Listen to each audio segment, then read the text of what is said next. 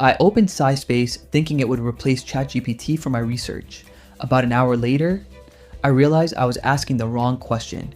I'd grabbed a research paper that I'd been putting off reading for days. 30 something pages. The kind you open, stare at for 10 seconds, then close again. I dropped it into SciSpace. A few seconds later, it started explaining the paper in plain English. Not perfect, but definitely easier than reading the abstract 5 times and still feeling lost. That got my attention. So I pushed it harder. I started asking really specific questions about charts, methods, and why the authors chose one approach instead of another.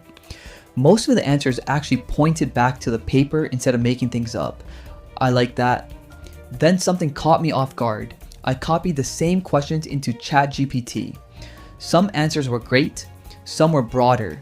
SciSpace felt more grounded because it stayed focused on the actual document instead of wandering into general explanations. That turned out to be a bigger deal than I expected. Now, it wasn't flawless. A couple of explanations were still too simplified, so I ended up checking the original paper anyway.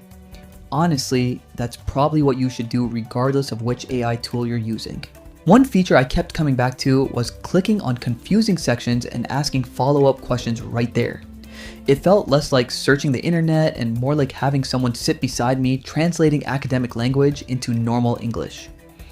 Would I use it for writing an entire research paper? No.